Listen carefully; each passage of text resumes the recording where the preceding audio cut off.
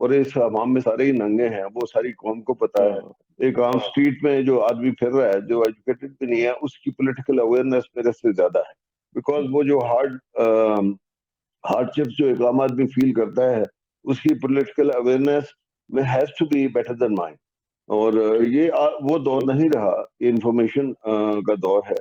آج ہر بندہ بہت اویئر ہے، اور کوئی جملہ بولا جاتا ہے، کچھ چند لوگوں کو خوش کیا جاتا ہے، تھوڑی سی تالیاں بجوائی جاتی ہیں، تو اس طرح کی جمکری نہیں کرنی چاہیے جس کو لوگ غلط لیں. اسٹیبلشمنٹ کسی، آپ دیکھ لیں جتنے کیسز عدالتوں میں ہیں، پہلے پیپلز پارٹی نے نون پہ کیے، نون نے پیپلز پارٹی پہ کیے، پی ٹی آئی نے تو ہارڈلی کوئی کیس کیا ہوا. یہ تو وہ پرانے کیسز یہ پرانے چل رہے ہیں. تو تین پولیٹیکل پارٹیز آپس میں کنٹیسٹ کر رہی ہیں، اس میں اسٹیبلشمنٹ کہاں سے گھس آئی ہے یہ نہیں سمجھ آتا. اور یہ بڑا ایک چیپ پاپولرٹی اسٹنٹ ہے جو نہیں کرنا چاہیے. میرا خیال ہے کہ اس سے اجتناب کرنا چاہیے. ٹھیک ہے، اب ذرا آ جاتے ہیں ہمارا جو بنیادی ٹاپک ہے وہ ایکسٹریمزم کے حوالے سے. اور میں دیکھ رہا ہوں کہ آپ نے ایک آرٹیکل لکھا ہے holistic approach to counter extremism. یہ میں بلکہ شیئر بھی کرتا ہوں اور آپ کو دکھاتا بھی ہوں اور اپنے ناظرین کو بھی کہ وہ ذرا دیکھیں کہ آپ نے کیا لکھا ہے. اور اس میں بریگیڈ صاحب ذرا مجھے بتائیں کہ پاکستان میں جو ایکسٹریمزم جو ہے وہ کیوں اتنا بڑا ہے. اس کی فیکٹرز تو ظاہر ہے کہ کچھ تھوڑے بہت تو ہم ڈسکس کر لیں گے اتنے ٹائم میں، لیکن اس کو ٹیکل کیسے کیا جانا ہے یہ سب سے بڑا کوشچن ہے. وہ ذرا ہمیں تھوڑا سا بتائیں جی اس آرٹیکل کی روشنی میں، اور ویسے بھی آپ کی جو اپنی انسائٹ ہے اس حوالے سے بھی.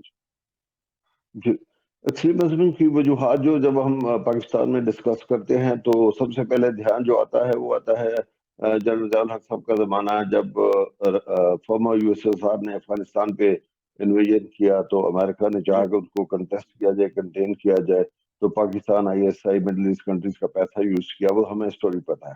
10 سال وہ جنگ لڑی، پاکستان آئی ایس آئی کو کریڈٹ دیا گیا، پاکستان فوج کو کریڈٹ دیا گیا کہ یہ امریکہ کے لیے پاکستان نے جنگ جیت لی. اس کے بعد امریکہ سول سپر پاور بن گیا اور انہوں نے 10 سال سول سپر پاور کے مزے لیے. اور پھر 2001 9/11 کا واقعہ ہوا تو وہی سپر پاور جس نے افغانستان میں لوگوں کو جہادی کے طور پہ یوز کیا تھا، اور باقی پاکستان اور دوسرے ملکوں کو، ان کو انہوں نے جہادیس کو ابھی نیگیٹو ٹرم میں، اور پھر الٹیمیٹلی ان کو ایکسٹریمسٹ، اور پھر الٹیمیٹلی ان کو ٹیررسٹ کہنا شروع کر دیا اور لٹ لے کے ان کے پیچھے بھاگ پڑے. افغانستان پہ آپ نے دیکھا انویژن ہوا اینڈ 2001 اور پھر 20 سال جاری رہا. وہ جب ختم ہوا یہ کہ جب یہ افغان جہاد ختم ہوا تو جو پاکستان سے باقی مسلم ممالک سے لوگ جہاد، ریئل ٹرم جہاد کرنے کے لیے آئے تھے، جب وہ فارغ ہو گئے تو وہ بالکل بے روزگار تھے. ان کو سمجھ نہیں آتا تھا کہ اب ہم کیا کریں. تو جب آپ ایک جنگجو گروپ تیار کرتے ہیں تو ان کو ریہیبلیٹیٹ کرنے کی بھی ایک اسٹریٹجی ہونی چاہیے، اس کے لیے پیسہ ہونا چاہیے، فنڈنگ ہونی چاہیے. جب ان کو ہم نے مین اسٹریم میں واپس اگر لانا ہے تو پہلے ان کے ذہن کو ڈی ریڈیکلائز کرنا ہے، جو آسان نہیں ہے، ہیومنلی بہت مشکل ہے. تو وہ ڈی ریڈیکلائزیشن کا جو پروسیس ہے اور ریہیبلیٹیشن کا پروسیس ہے، جس کے لیے billion and trillion of dollars چاہیے، وہ تو پاکستان کے پاس نہیں تھے. تو ہوا یہ کہ یہ وہ جہادی ایلیمنٹ جو ریڈیکلائز سے جو جن کے لیے پرائمریلی آپ کو پتا کون سے ریلیجس پولیٹیکل پارٹیز کو یوز کیا گیا، وہ پولیٹیکل پارٹیز کو فنڈنگ کی گئی، انہوں نے پھر ان کو ایز اے رینٹڈ کراؤڈ دوسری جو پولیٹیکل پارٹی تھی ان کو اویلیبل کرنا شروع کر دیا. تو فاسٹ فارورڈ یہ آج جو آپ جو دیکھ رہے ہیں کہ پاکستان میں جو ریلیجو پولیٹیکل پارٹی ہے یا پولیٹیکو ریلیجس پارٹیز ہیں، وہ بڑی تیزی سے اپنے آپ کو ری برانڈ کرتی ہیں، ریکمیشننگ کرتی ہیں، نئے نئے کوآپریشن اتحاد بناتی ہیں. کبھی اس کا نام پی ڈی ایم ہوتا ہے، کبھی آئی جی آئی ہوتا ہے، کبھی کچھ اور ہوتا ہے. تو ہماری تاریخ بڑی واضح ہے. تو یہ مین اسٹریم پولیٹیکل پارٹیز جو ہیں، آپ نے دیکھا جب یہ اقتدار سے نکلتی ہے تو ان کے خلاف بڑے خوفناک مقدمات ہوتے ہیں، بیسیکلی کرپشن ریلیٹڈ ہوتے ہیں. ٹھیک، تو جب یہ پاور سے نکلتے ہیں اور دوسری طاقت رول میں آتی ہے تو ان میں مقدمات قائم کرتی ہے. پھر ان مقدمات سے جان چھڑانے کے لیے اور پبلک اپیل کو ریسٹور کرنے کے لیے ان کو دوبارہ کراؤڈ چاہیے ہوتا ہے. وہ کراؤڈ اتنا آسانی سے آتا نہیں ہے. تو کراؤڈ کو لانے کے لیے پھر یہ انہی جہادی پولیٹیکل ریلیجس پارٹیز کو ناک کرتی ہیں، وہ آ کے ان کو گلے ملتے ہیں، اور جب تک ان کو فنڈنگ ملتی ہے وہ کوئک کراؤڈ سڑکوں میں لے کے آتے ہیں، میں ہم کریٹ کرتے ہیں. جو ہم نے ریسنٹلی آپ نے دیکھا سڑکوں کے اوپر ایک اسپونٹینیسلی لارج کراؤڈ آتے ہیں، لاکھوں میں آتے ہیں اور انسٹنٹلی پھر غائب بھی ہو جاتے ہیں. جس دن ان کی پیمنٹ ختم ہوتی ہے پھر انسٹنٹلی وہ غائب ہو جاتے ہیں. اب وہ جو نعرے لگاتے ہیں سڑکوں پہ آ کے وہ بے ایمانی سے نعرے ہوتے ہیں جس کا کوئی آئیڈیالوجی نہیں ہوتی، ایک short term given political mandate ہوتا ہے، اور جتنا اب دیکھتے ہیں کہ ہیومن ریسورس سڑکوں پہ آتا ہے، سخت ویدر ہوگا، سب ہوگا، لیکن 2 وقت کا کھانا مل رہا ہے اور ان کی پاکٹ میں ڈیلی ان کے ویجز مل رہی ہیں، دے آر دیئر. لیکن جنرل امپریشن یہ کریٹ کیا جاتا ہے جیسے کسی بڑی کوئی ریلیجیس کاز کے لیے آئے ہیں یا بہت بڑی پولیٹیکل کاز کے لیے آئے ہیں، اور جب آپ عام آدمیوں سے بات کرتے ہیں تو ان کو یہ پتہ ہی نہیں ہوتا ہم آئے کیوں ہیں اور کیا کر رہے ہیں ہم لوگ. تو وہ ایک بے ایمانی سے ریلیجیس نعرے ان کے منہ میں ڈال دیے جاتے ہیں، تو ایک کائنڈ آف روبوٹس جو ہیں وہ تیار کیے ہوئے ہیں. اب یہی فینومینا جہاں آپ رہتے ہیں کینیڈا میں، امریکہ میں، نیوزی لینڈ میں، آپ دیکھیں ان ملکوں میں بھی یہی اسی قسم کے مسائل چل رہے ہیں. آپ دیکھیں 6 جنوری 2021 جب یہ پریزیڈنٹ جو بائیڈن کی سرٹیفکیشن ہونی تھی، جب اوتھ ٹیکنگ ہونی تھی، تو وائٹ سپریمیسسٹ نے کیپٹل ہل پہ قبضہ کر لیا. تب امریکہ کو احساس ہوا، امریکہ کی افواج کو انوالو کرنے کی ٹرمپ نے کوشش کی، اور جنرل ملی نے انکار کر دیا. انہوں نے کہا جی ہم تو عوام کا ساتھ دیں گے اور کانسٹیٹیوشن کا ساتھ دیں گے، کسی پولیٹیکل پارٹی کا اس ڈسپیوٹ میں ہم حصہ نہیں بنیں گے. اور یہ پیغام پاکستان جیسے ملکوں کو بھی ہے کہ جب یہ پولیٹیکل پارٹیز آپس میں دست و گریباں ہوتی ہیں تو فوج ہیز ٹو اسٹے اوے. اگر پچھلے ماشاء اللہ کا اگر آپ جائزہ لیں تو جب بھی ایک پولیٹیکل ٹرموائل ایک خاص حد سے آگے بڑھتا ہے تو فوج اس وقت جو ہے وہ گورننس کے لیے آ جاتی ہے کہ ہم سچویشن کو ریسٹور کریں گے اور پھر ہم واپس چلے جائیں گے. جنرل ضیاء الحق کا زمانہ دیکھ لیں، مشرف کا زمانہ دیکھ لیں، تو یہ ساری حقیقتیں وہ ہیں جو ہمیں پتہ ہے. لیکن ایک جب پولیٹیکل بہم بنتا ہے، ایک سوسائٹی میں تلاطم پیدا ہوتا ہے تو اس کی وجوہات دیکھنی چاہیے. امریکہ میں جو دیکھیں 9/11 کے بعد ایک ریڈیکلائز مائنڈ تیار کیے گئے in order to make sure کہ جب یہ افغانستان پہ اور اس کے بعد آپ نے دیکھا تمام مڈل ایسٹ کنٹریز میں جنگوں کے لیے جائیں گے تو جو فنڈنگ جانی ہوتی ہے وہ تو نیشنل ایکسچیکر سے جاتی ہے، تو اس کو جسٹیفائی کرنے کے لیے پورے ملک میں ایک ماحول بنایا جاتا ہے.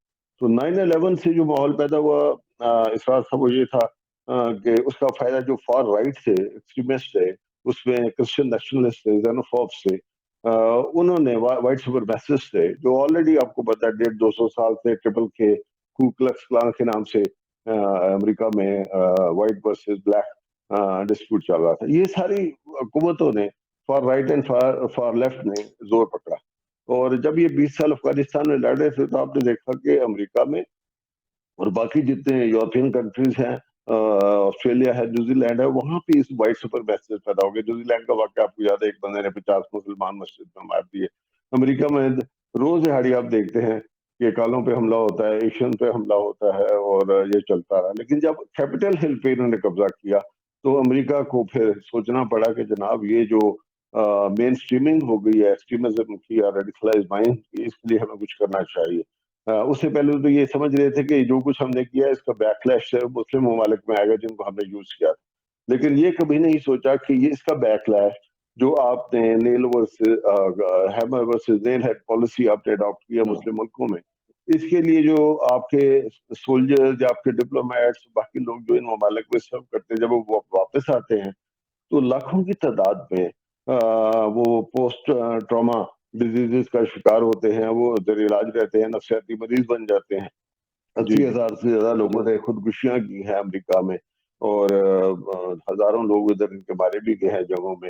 تو یہ ساری چیزوں نے ان کے اپنی سوسائٹی کے اندر ریڈیکلائزیشن اور ایکسٹریمزم بہت زیادہ کیا ہے. لیکن جو خطرہ ہے ایک سپر پاور کو یا ایک ڈیولپڈ کنٹریز کو، وہ یہ ہے کہ جب یہ ریڈیکلائز مائنڈ ٹرمپ جیسے وائٹ سپرمیسسٹ جو ہیں جو اس کو مین سٹریم پالیٹکس میں لے آئیں گے تو پھر یہ بڑا مشکل ہو جائے گا کہ سینٹر میں ریڈیکلائز مائنڈ کتنے ہیں اور فرنجز میں کتنے ہیں، پیریفری میں کتنے ہیں. تو پاکستان اور امریکہ کو میں اگر دونوں کو سائڈ بائی سائڈ رکھ کے موازنہ کروں تو پرابلم دونوں جگہوں پہ ایک جیسی ہے. امریکہ ایک امیر ملک ہے، ان کی ڈیولپڈ اکانومی ہے، ان کے پاس بیٹر ریسورسز ہے، وہ ڈی ریڈیکلائزیشن کرنا ان کے لیے بھی آسان نہیں، بہت مشکل ہے. لیکن پاکستان جیسا ملک جہاں پہ we have a breed of politician rulers جو کلین شٹ نہیں ہے جن کے پاس، تو وہ جیسے میں نے پہلے عرض کیا وہ ان کراؤڈ کو ریڈیکلائز مائنڈ کو ایز اے فورس یوز کرتے ہیں جو ان کو اویلیبل رہتی ہے، اور یہی پھر ووٹ بینک بن جاتا ہے ان کا. اس پہ بھی بہت سارا black money comes in to play. تو میں نے یہی انالیسز لکھے ہیں کہ یہ جو مین اسٹریمنگ ہے ریڈیکلزم کی ایکسٹریمزم، اس کو ہاں ریہیب کرنے کے بجائے آپ ہاں ان کو مزید طاقت دے رہے ہیں، اور خطرہ یہ ہے کہ یہ طاقت آلریڈی دیکھیں اسمبلی میں، نیشنل اسمبلی میں، سینٹ میں یہ کچھ ایکسٹریمسٹ پوائنٹس جو ہیں وہ آلریڈی سیٹیں ایکوائر کر چکے ہیں. What happens if one of them become prime minister and they have lot of ministers in Pakistan and Pakistan is بالکل a بالکل nuclear power؟ تو پھر ہمارے ملک کے ساتھ کیا جائے گا؟ جب ایک ایسی سمجھے کہ طالبان کا جو نعرہ لگتا ہے پاکستان میں آ جائیں گے، تو خطرہ کیا بیسٹ پروجیکٹ کرتا ہے وہ یہ کرتا ہے کہ جب یہ آ جائیں گے تو ایٹم بم ان کے ہاتھ میں چلا جائے گا، تو یہ تو لٹ لے ہاں کے جناب ہمارے پیچھے بھاگ پڑیں گے، دے ول ہاں لیو us۔ تو یہ خطرات جو ہے پاکستانی جیسے ملک کے لیے میرا خیال ہے زیادہ پرناؤنسڈ ہے. تو یہ اس میں میں نے تو یہ موٹا موٹا جو خطرے آپ نے کو خطرہ کا اظہار کیا ہے برگیڈ صاحب، ابھی ریسنٹلی جو ہم نے فنومینا دیکھا اور جس طریقے سے دیکھا تحریک لبیک کا جو معاملہ ہوا ہے، اور جس طریقے سے ان کو مین سٹریمنگ میں ان کو لانے کی کوشش کی جا رہی ہے، اور اب ظاہر ہے کہ وہ پالیٹکس میں آئیں گے، وہ الیکشن بھی لڑیں گے، اور جس طرح آپ نے فرمایا کہ ان میں سے کوئی پرائم منسٹر بھی بن سکتا ہے، کیونکہ ڈیموکریسی میں تو صرف you have to be an M N A to be a prime minister. تو اس میں جو سینیریو آپ ڈرا کر رہے ہیں تو وہ تو پھر بڑا خطرناک سینیریو ہوگا پوری دنیا میں، پھر ہمارے لیے پھر کیا چوائسز بچیں گی؟ جی یہ ہو گیا اس واسطے سے بھی تو ہو گیا تھریٹ آئیڈینٹیفیکیشن. میں اس تھریٹ کو اسی طرح دیکھنے کی کوشش کرتا ہوں ایز اے تھنکر، کہ جو ویسٹ ہے جب ہمارے ملک کو دیکھتا ہے تو وہ جو چیزوں کو بیڈ اسمیل آتی ہے، what is the rat that the smell in Pakistani society is the extremism. وہ یہ سمجھتے ہیں کہ Pakistani as a whole nation are radicalised and they are extremist, they are terrorist. یہ لیبل ہم پہ لگ گیا ہوا ہے، اور اس کے لیے ففتھ جنریشن وار کے کمپوننٹ کے طور پہ اتنا زیادہ پروپیگنڈا کیا گیا ہے electronic print media, social media کے ذریعے، کہ lot of people in the west tend to believe it and try to follow with it. اس میں جتنے ملک ہیں جو ہاسٹائل ہیں پاکستان کی طرف، جس میں لیڈ میں ہمیشہ ہمارا ہمسایہ ملک ہوتا ہے بھارت، وہ جی اس ہاں. میں لیڈ میں ہوتا ہے، اور وہ ہر بات پہ پاکستان کے خلاف یہ اس طرح کے جو نیریٹیوز ہیں وہ سیل کرتا ہے. اور unfortunately they are capable of selling it because ان کی اکانومی ڈیولپ ہو گئی ہے، ان کے جو مین پاور ہے، ریسورسز، ہیومن ریسورسز ہیں، وہ ہر ملک میں ابھی ایسی جگہوں پہ پہنچ چکے ہیں کہ وہ چاہے انڈین امریکن ہیں یا یورپین انڈین ہیں، they are all now into the policy making circle and soon they will be the decision making circle. تو وہ بڑی افیکٹولی پاکستان کو پروجیکٹ کر رہے ہیں. لیکن چلیں، وہ ایک ہوسٹائل ملک ہے، ان کے ساتھ اور لوگ بھی مل جاتے ہیں، انہوں نے تو وہ کرنا ہے جو ایک دشمن ملک کرے گا. لیکن ہمیں تو اپنے گھر کی پہلے خود فکر کرنی ہے کہ ہم وہ تمام ریزنز، وہ ہم تمام کیا کر رہے ہیں؟ فیکٹرز کو دیکھیں جو ہمیں اس لیبل کو لگوانے میں دشمن کو ہیلپ کرتے ہیں. تو اس کا ادراک جو ہے انفارچونیٹلی جو ہماری رولنگ ایلیٹ ہے وہ اس طرح نہیں دیکھتی، وہ اپنے شارٹ ٹرم پولیٹیکل مقاصد کو دیکھتے ہیں اور وہ ان ایکسٹریمسٹ کراؤڈز کو یوز کرتے ہیں. حالانکہ اگر ایکسٹریمسٹ کراؤڈز کو دیکھیں تو جو پاکستان کی ٹوٹل پاپولیشن ہے اس کے شاید 5% بھی نہیں، لیکن جب وہ پولیٹیکل ارینا میں آتے ہیں، اور جیسے آپ نے کہا ڈیموکریٹک سسٹم ہے، ووٹ آنا، تو آپ نے دیکھا ٹی ایل پی نے بھی 20 لاکھ ووٹ لے لیے تھے. تو بالکل بالکل. ووٹوں کو گرنے کی بات آئے تو پھر آپ جتنی باقی پارٹی، میں نام نہیں لینا چاہتا، لیکن آپ جانتے ہیں کہ پچھلے 40 سال میں کون سی پولیٹیکل پارٹیز ہیں جو ایک کال کے اوپر کبھی کسی ایک مین پولیٹیکل پارٹی کے ساتھ ہوتی ہیں، پھر ایگزیکٹلی ان کے بالکل اپوزٹ کے ساتھ ہوتی ہیں، اور کبھی آج کل سارے اکٹھے ہاتھ ملا گئے روز ایک دوسرے کو گلے مل رہے ہوتے ہیں، اور ایک ایجنڈا ہے کیا؟ Power grab. They all want to come into power and opposition کوئی بھی کل یہ ایک دوسرے کے گلے کاٹ رہے تھے، اب سارے مل کے پی ٹی آئی کے پیچھے ہیں. تو عمران خان کا آپ نے جو شروع میں ذکر کیا، تو ان میں one of the frustrating point is also this کہ یار کل تو انہوں نے مقدمے تو ایک دوسرے پہ کیے ہوئے، اب لگ ایسے رہے جیسے عمران خان نے سارے مقدمے کیے. تو ایک تو وہ ہے. اب اگلی بات یہ کرتے ہیں کہ ہمارے پروگرام جو سنتے ہیں اور جو میرے لکھے ہوئے چیزوں کو پڑھتے ہیں، بہت ساری دنیا پھر وہ ہزاروں میں ای میل کرتے ہیں، میسیجز بھیجتے ہیں، اور ہمیشہ کہتے ہیں ابھی ہمیں حل بتائیں.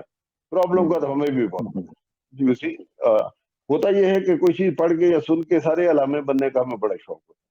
حالانکہ کسی چیز کے پرابلم کو ادراک کرنا، اس کا کوئی حل کی بات کرنا، یہ بڑی ڈیپ ڈائیو کرنی پڑتی ہے، اس کے لیے بڑا ایکسپیرینس چاہیے ہوتا ہے. ایسے کرسری ٹچ کے ذریعے چیزوں کا حل نہیں ہوتا.